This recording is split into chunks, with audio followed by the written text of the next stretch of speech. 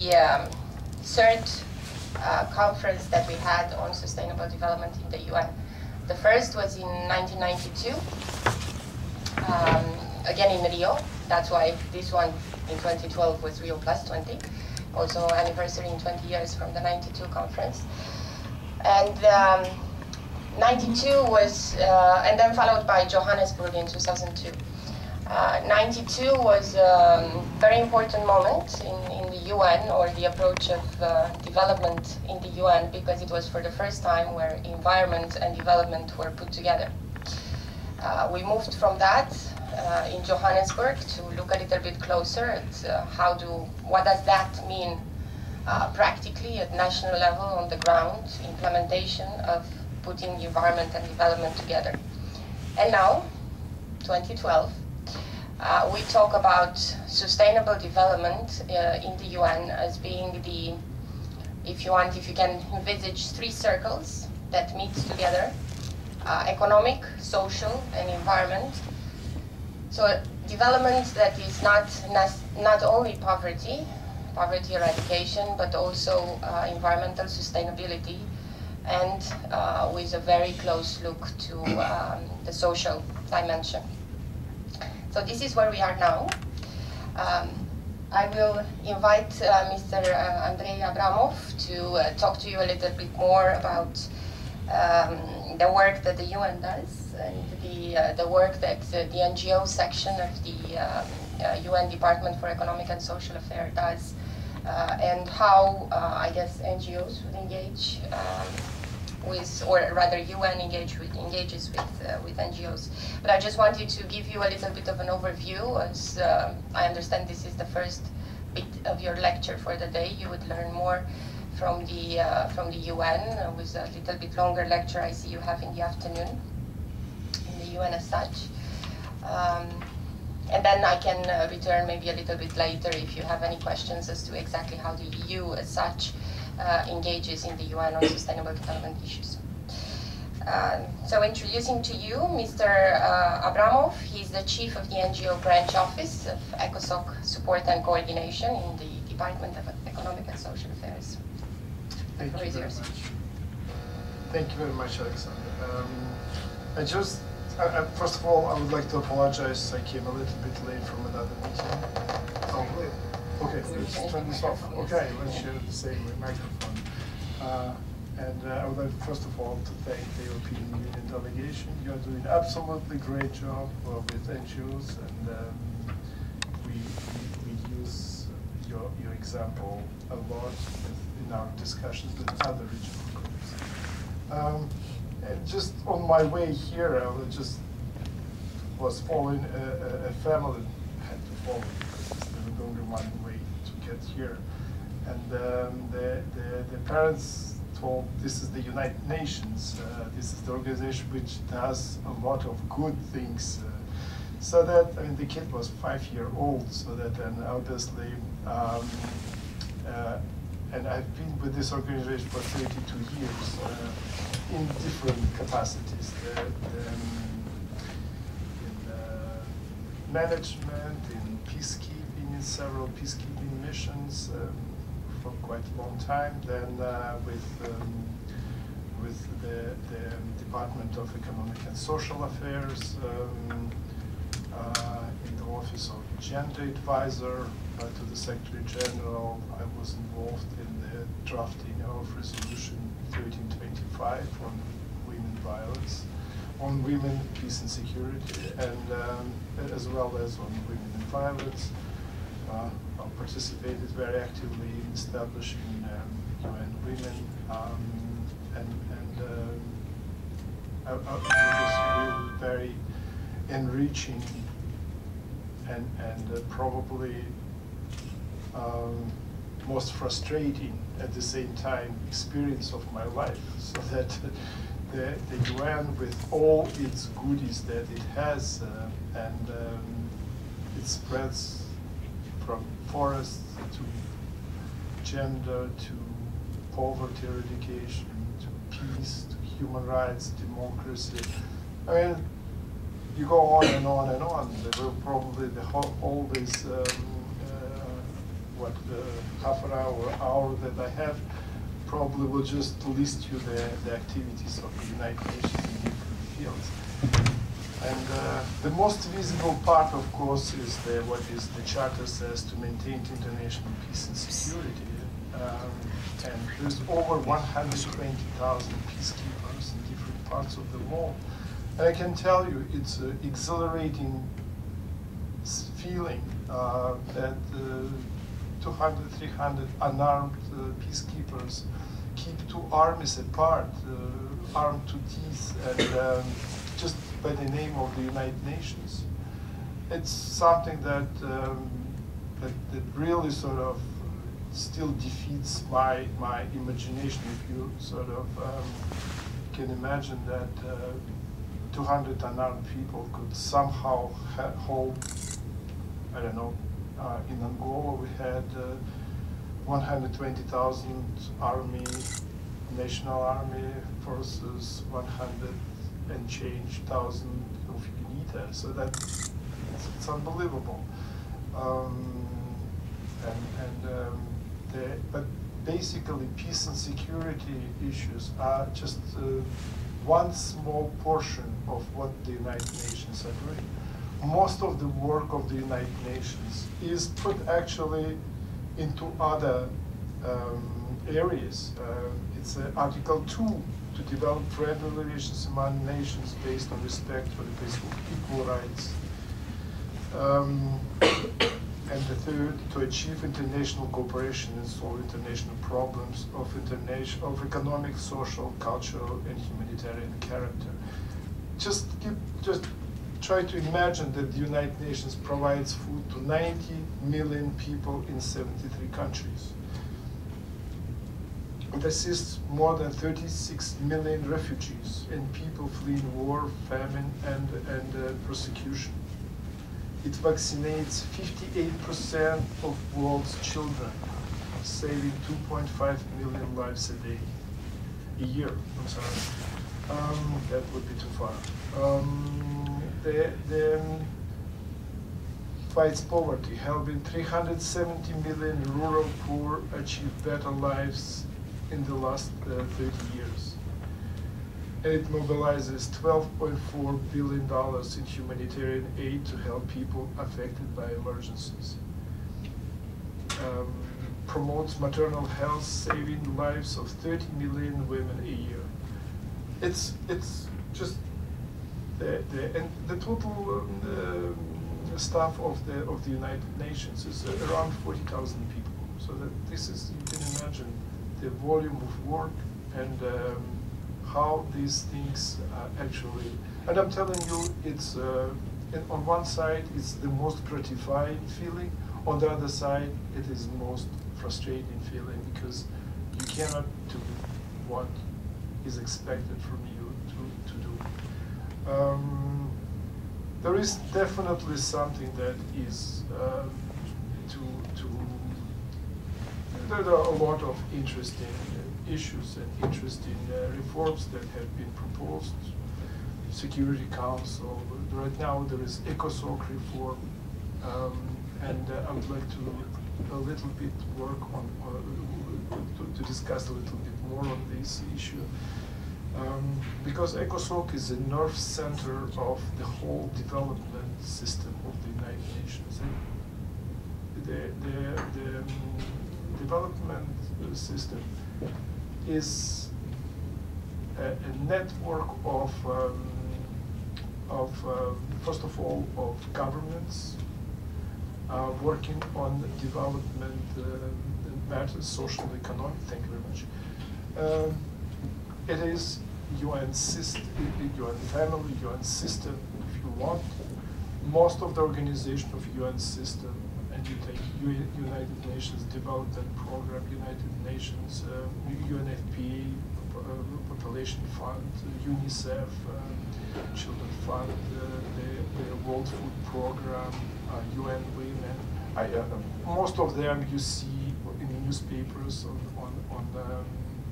on TV, and these are programs basically focused on development issues, fighting poverty,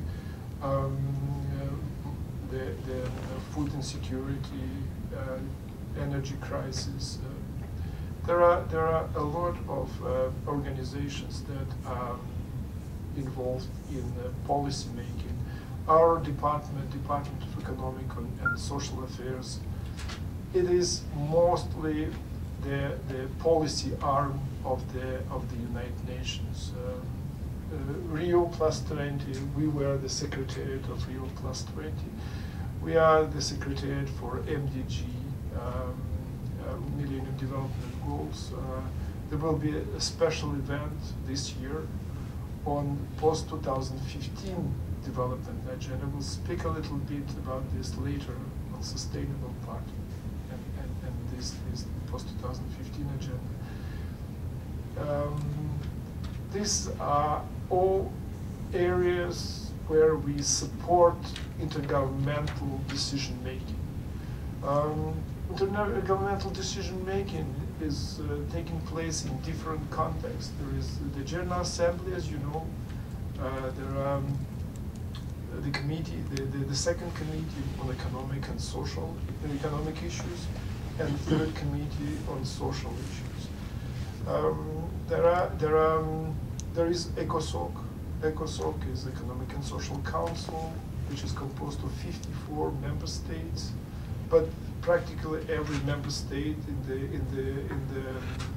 the UN participates in the work of ECOSOC. It's sort of it has its membership, but it's open to everybody. Besides this, there are functional commissions of ECOSOC. There's Commission on Status of Women, Commission on Population, Commission on Sustainable Development. You have indigenous forum, the forest. There are science and technology for development. There are 17 altogether. Then you have regional commissions. In each region there is Economic and Social Commission for Western Asia, for Europe, for Africa, for Latin American, Caribbean. All these organizations, plus, as I told you, there are UN entities. ECOSOC coordinates all of them, so that you can imagine the substantive session of ECOSOC lasts for the whole month. It is composed of several segments. There is one segment which is called high-level segment. High-level segment includes the ministerial annual ministerial review, and also the DCF, which is the Development Cooperation Forum. It's mostly on financing for development. And the annual ministerial review is devoted to one of the themes. Last year it was education. Actually, a lot of young people and universities participated at ECOSOC. And before it was on health. For the first time, the ECOSOC put on the agenda non-communicable diseases. Non-communicable diseases will take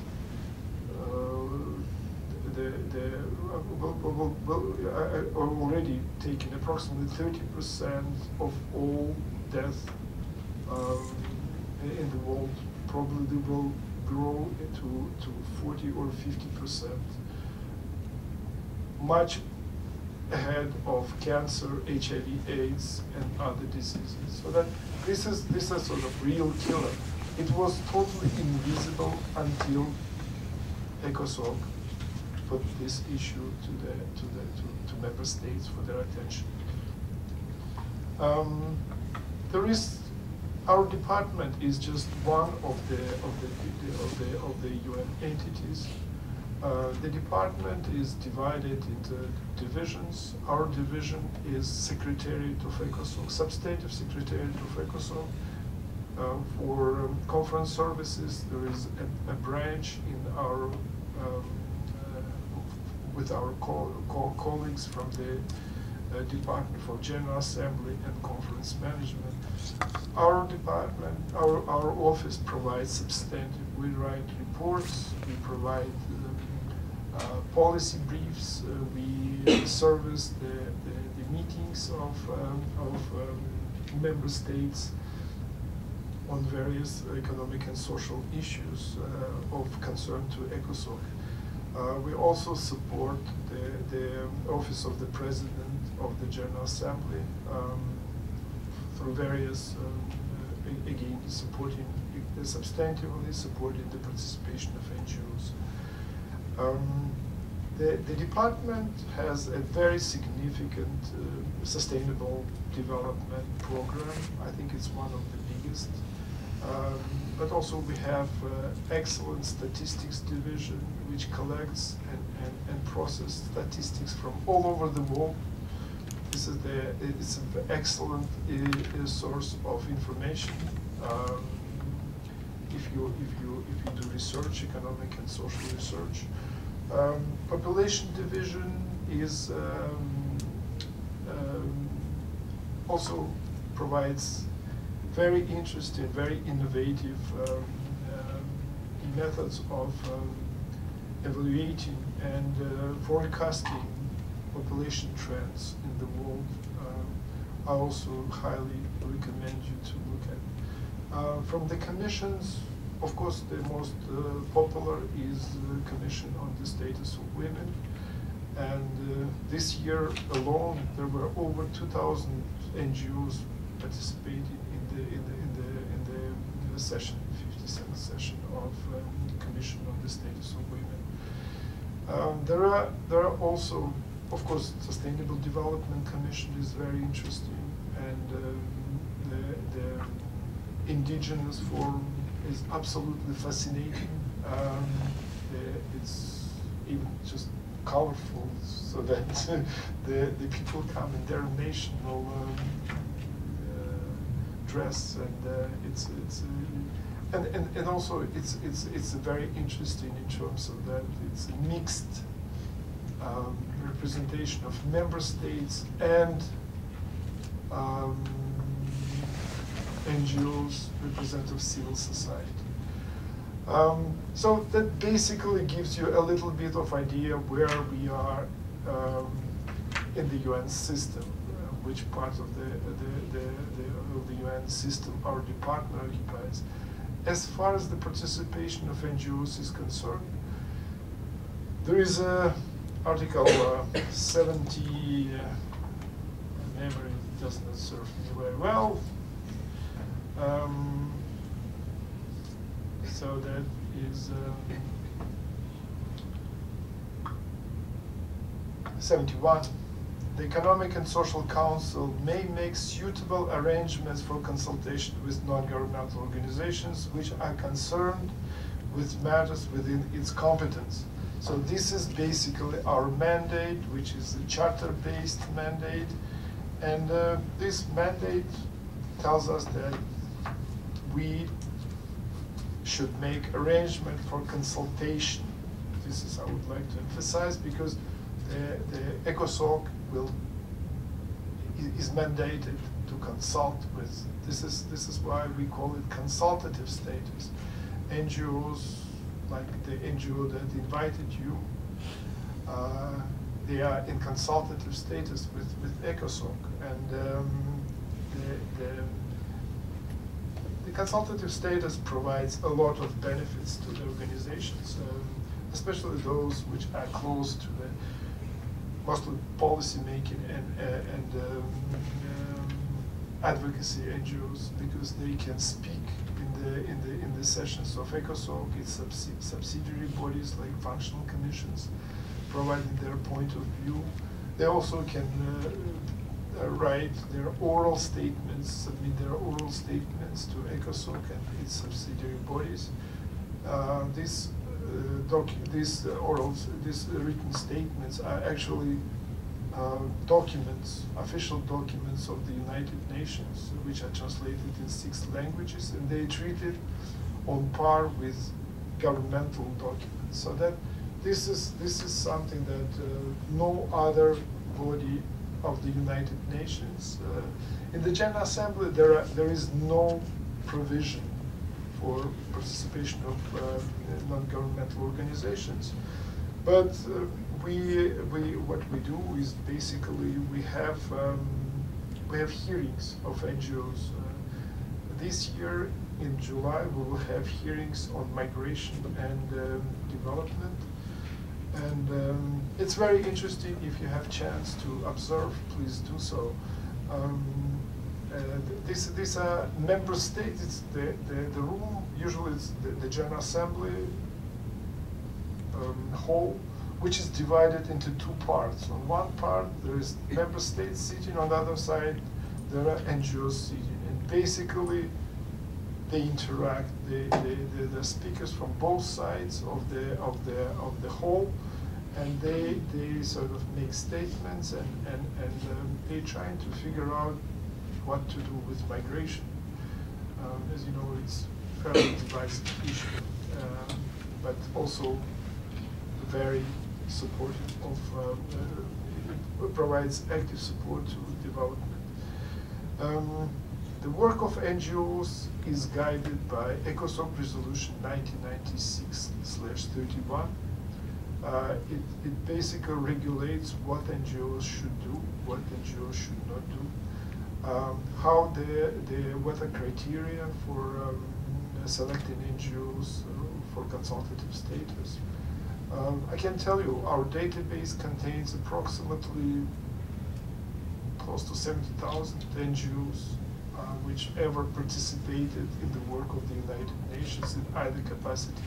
But out of the 70,000, only 3,600, 3,700 have consultative status. I would say this is probably elite of NGOs worldwide. There are a lot of big NGOs, like, for instance, the Caritas International. It has $5 billion annual budget, which is twice of the United Nations budget. Care International, Oxfam, Action Aid. These are huge NGOs with $1 billion. I mean, the president of ECOSOC has a multi-stakeholder advisory group, which is also a pioneering initiative, because for the first time a charter-based body has an advisory group, and we calculated these organizations contribute to development more than half of the I'm sorry to say so, half of the ODA provided by European Union. So you can imagine that these NGOs are very important for development. So from this perspective, I can tell you that. But also our branch caters mostly to mid-level NGOs, mid-size NGOs, and mostly with grassroots NGOs. We have various arrangements with them, partnerships arrangements based on memorandum of understanding. We also assist them in holding their side events during the various commissions during ECOSOC. We also work with the Office of the President of the General Assembly for various events organized by the President of General Assembly, as well as with our colleagues from other departments. For instance, we also help the Office for Disarmament to organize their events, arms reduction, ADD, and etc., etc. So,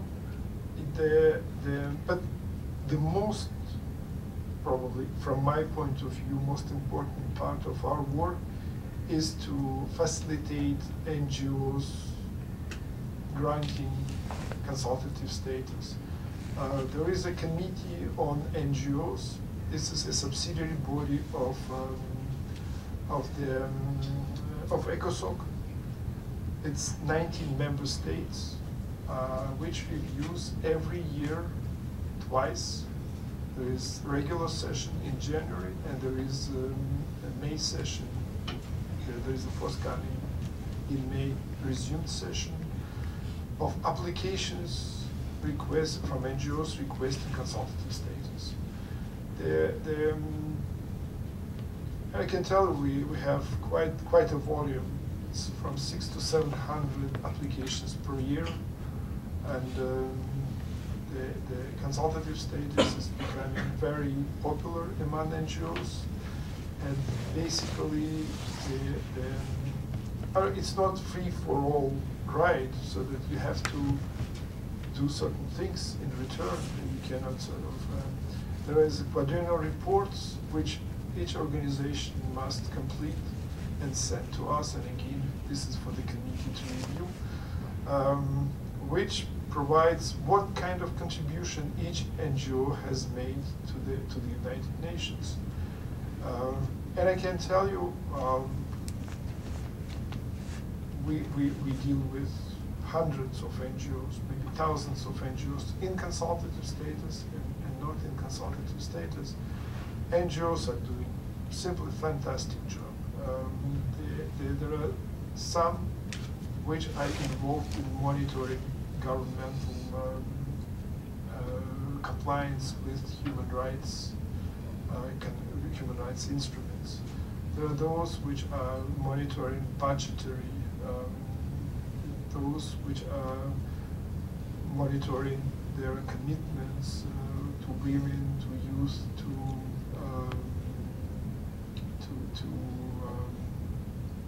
people with disabilities, to indigenous people, the populations. There is also a growing trend that it's no longer member states, but it's a group of like-minded NGOs which sets a process in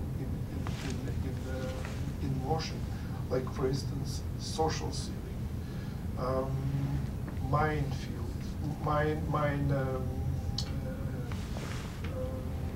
ban, many other things. As I told you, the non-communicable diseases. It would be totally impossible without involved NGO. Non-communicable diseases, I participate in the group. It was a group of NGOs actually having every month lunch at the restaurant across from DC1 building. And from this little group grew up a resolution of the General Assembly. And the huge movement which started dealing with non-communicable diseases. And it's interesting to see that this group of NGOs found like-minded governments, and there is a whole social movement. This social movement goes to the General Assembly, and basically whoever is not certain, they convince, and somehow this issue becomes on the agenda of the General Assembly and ECOSOC. I think it's one of the biggest advantages of civil society, that they free and they could look beyond the box. Just speaking a little bit again, civil society, I should mention grassroots organizations. Grassroots organizations, they reach marginalized people. Those people whom governments either cannot reach because they have no funds or don't want for political reasons to reach. So NGOs are actually filling a very, very important niche in the tissue of society which cannot be replaced by any sort of government. I'm always saying to governments, you know, I would not have my job if you could do everything. So that, and they agree with me, at least on this point. But they not necessarily agree on the role of civil society in their countries. But they always agree that civil society has very valid reasons to be there. And most actually agree that civil society needs to be further developed. They have different ideas on this, and it's a special discussion. But everybody is convinced that civil society plays a very important, critical role. Let me just very briefly speak about sustainable development. Sustainable development is real, despite all criticism. And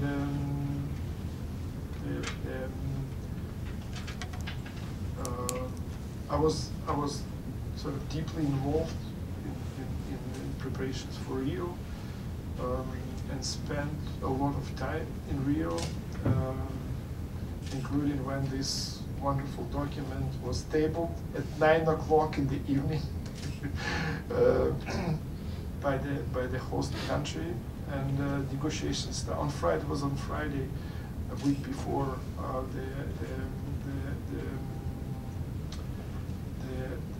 the conference started officially. And I was there to speak to NGOs. There are two parts. There is Flamingo Park, and there was Conference Center. For those of you who have been to Rio during this time, the most interesting part to me was Flamingo Park. This is where NGOs were. And I'm telling you, through theater, dance, people don't understand each other's language. I mean, they were so united, unbelievable. There was like something like supernatural, I don't know, whatever is the thing. There's the unity in Flamingo Park was totally incredible. There were no conference rooms. There were huge tents, and it was very well organized. From 9 to 5, there is indigenous people from Amazon. There is a group on tree planting. There is a group on green technology. Group on green economy, green. And etc. etc. I'm telling you, it was really fascinating. I spent most of my time either speaking. I lost my voice there, and also there was a conference center. The conference center was in a different part of the Flamingo Park is in downtown, and conference center is the new part of the city. And yes, the NGOs also were there, because I spoke at least at 6 side events organized by NGOs. Actually, very well done, very professional, excellent speakers, excellent topics. And the common sort of thread of all NGO interventions was, we must bring together economic, social, and environmental. Unfortunately, these two parts, social, economic, and environmental, parted company with MDGs. It is one issue. It is one subject. It was Rio plus Rio. The Rio conference, the regional Rio, was talking about this. Johannesburg was talking about this. But at certain point, there was sort of bifurcation, whatever is there, divided. They were divided. Climate change all of a sudden went one way and ended up at the convention, and economic and social went the Millennium Development Goals way. And one was for developed countries, another was for developing countries. And so far, this is why we're having these problems with climate change, and we have not reached all of the Millennium Development Goals. I think Rio has put very clearly, we must bring these two streams together. And how to do it? This is a very interesting thing, because again, for some reasons, historical, whatever, we're having two processes, which are, for the time being, are parallel processes. One is the development of post-2015 agenda, and last month we organized in Bonn, together with our partners from the Beyond 2015, GCAP, and these are major networks, NGO networks working on post-2015 and sustainable development. A conference, and I invite you to look at the Bonn conference. It was on 23rd of March, and you will see the views of NGOs on post-2015. And in parallel, there is a working group of member states working on sustainable development goals. The idea is that these two processes, post-2015 agenda and the post-2015 agenda, is something like the Millennium Declaration, but adapted for new times. And the how it's called, the Sustainable Development Goals are more or less what MDGs, but both processes should be applicable to developing and developed countries. And because we share the same planet, we went beyond planetary boundaries. There are two sort of theories. One is the environmental footprint, according to which we're already borrowing from, not from you, we are borrowing from your children, natural resources. I mean, our generation, which is not nice, I agree. And the other is the planetary boundaries. There are 9 planetary boundaries. It's a Swedish institute, which, but again, out of these 9, on 4, we're already way beyond the point of return. So I don't want to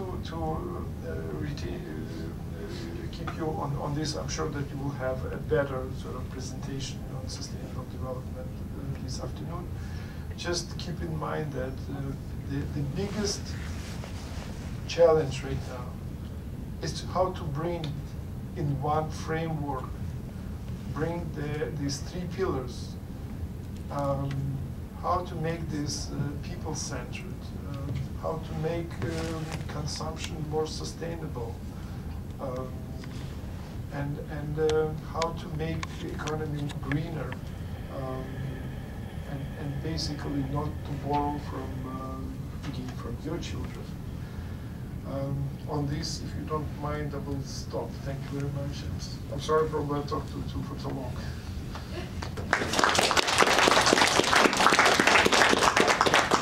Thank you. I was indeed checking. I would have hoped discreetly to see, because I know you have lunch at 1 o'clock, and we don't want to keep you too much from that. But if you have some questions that you would like to raise, and in doing so, introduce yourself before asking. Yes. So my name is Tin Chao. Hi, my name is Tin Chao. I'm from NYU. I'm a senior. I'm graduating. I study finance and computer science. So I have actually 2 questions. You can pick one, or so basically it's very expensive for member states to accept this kind of suggestions for an ECOSOC, and I mean, so I feel there is lots of values in the proposals written by ECOSOC, but it's actually it's the same problem with some of the tech companies now. They're creating values, but actually they're the liability for the company. So it's good for the society, but it seems that it's not very linked to monetary reward. And the motivation, what is the main motivation for governments to accept this kind of suggestions offered by UN? And what do you think is the dynamic between NGOs and governments? Because I feel in the future maybe NGOs will cross the boundary of countries. So what will be what will feel is the future for this kind of NGOs? And so the other thing is, so I feel NGOs need UN because they don't have the credibility to directly talk to governments. But but there's a new trend that some technology companies, for example, random hack for kindness, because they leverage the power of technology, they can directly connect to people, so they bring the social change without going through governments. How do you feel about that trend? So that's my question. Maybe if we have another one, just to have a series. Well, let me try to answer, because as long as I remember. Thank you very much. And please bear with my memory. It's an old man's memory. So that the first question is definitely why governments should pay attention to ECOSOC. The issues that the ECOSOC is dealing are not national issues. I'm sure that you study globalization. Everything becomes global these days. Everything, absolutely, including NGOs. I'll talk to you about this later. And this something global is why member state, individual government, each government is sovereign. I can do anything. This is theory, okay? The times of when I'm the king, that has gone a long time ago, okay? So governments, through various agreements, they actually cut their sovereignty more and more. The advent of multinationals.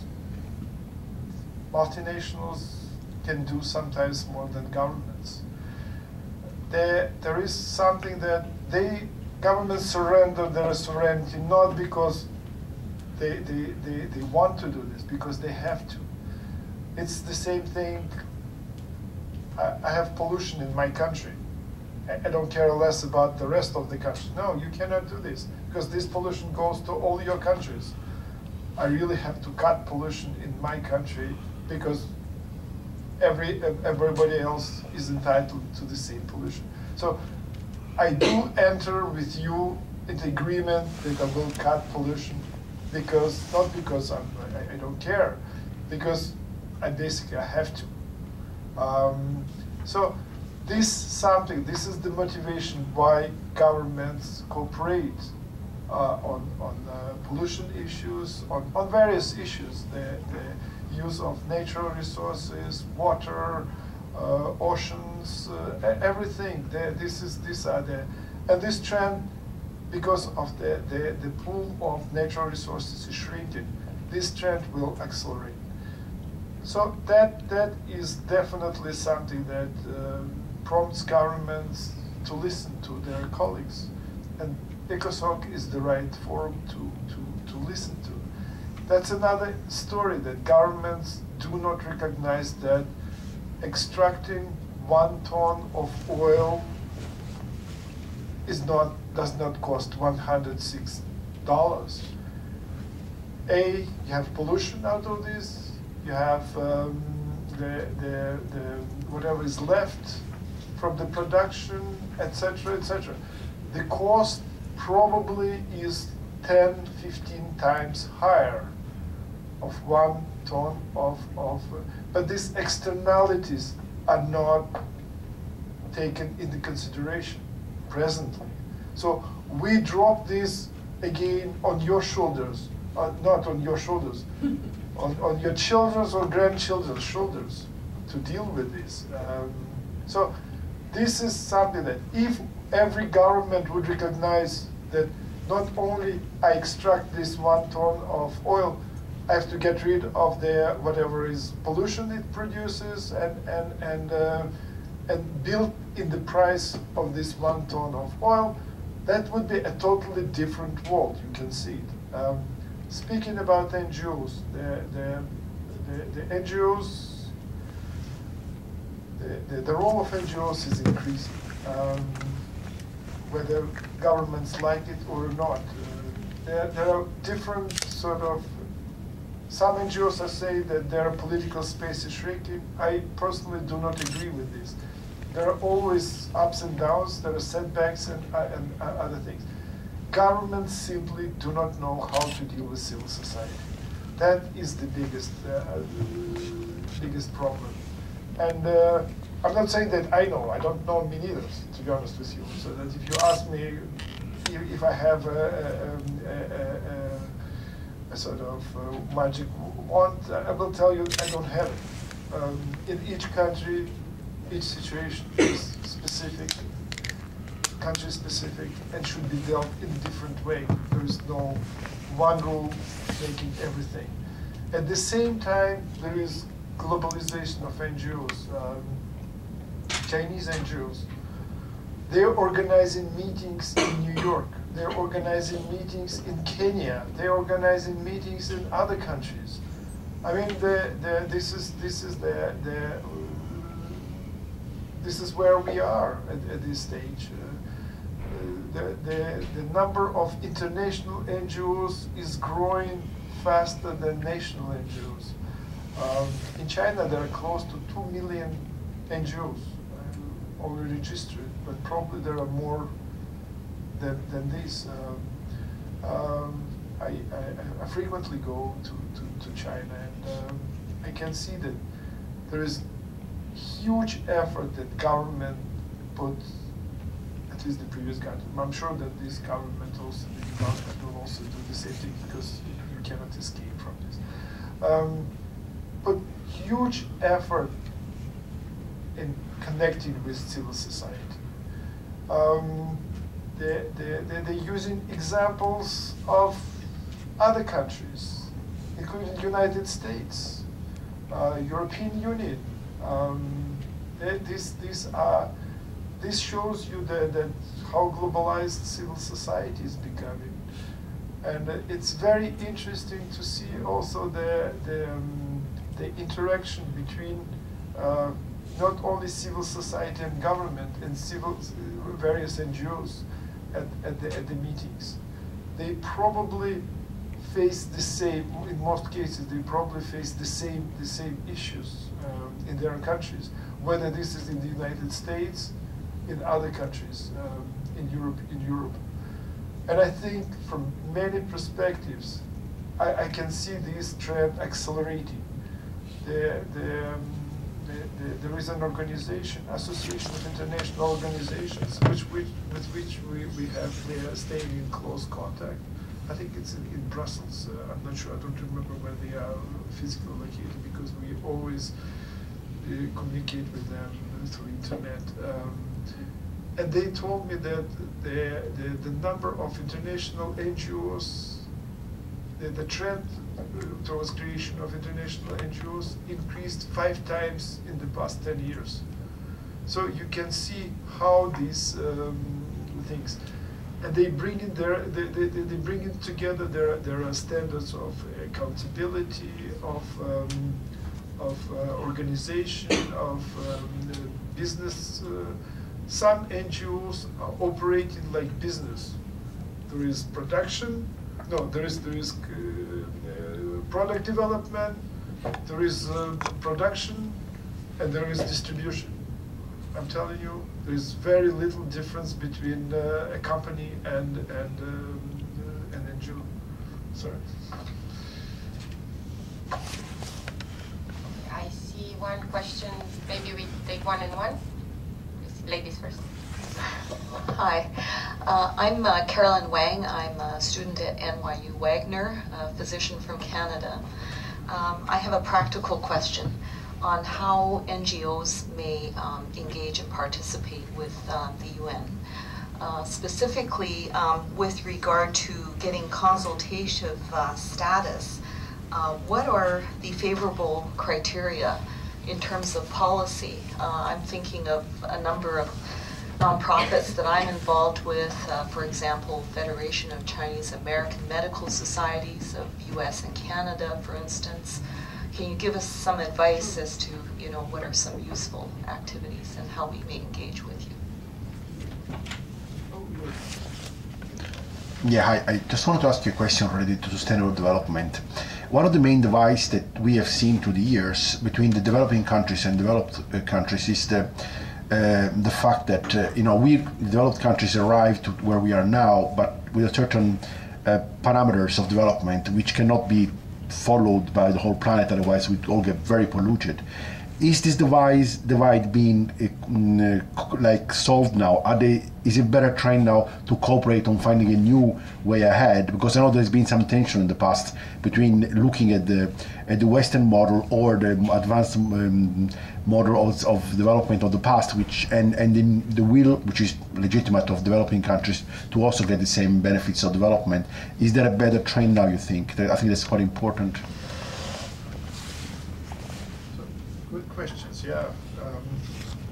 With regard to your question, I suggest that you visit our website, CSO.net. CSO.net, in addition to providing you with information on what is ahead, where the NGOs could participate, also has how to apply for consultative status. Okay, it's a pretty straightforward. It's not an easy process. I must tell you. You have to complete the profile. You send this profile. You will receive an email from us saying that we received it. This is your password and this is your login. Please use your login and password. Sometimes the NGOs answer all 21 questions in application, upload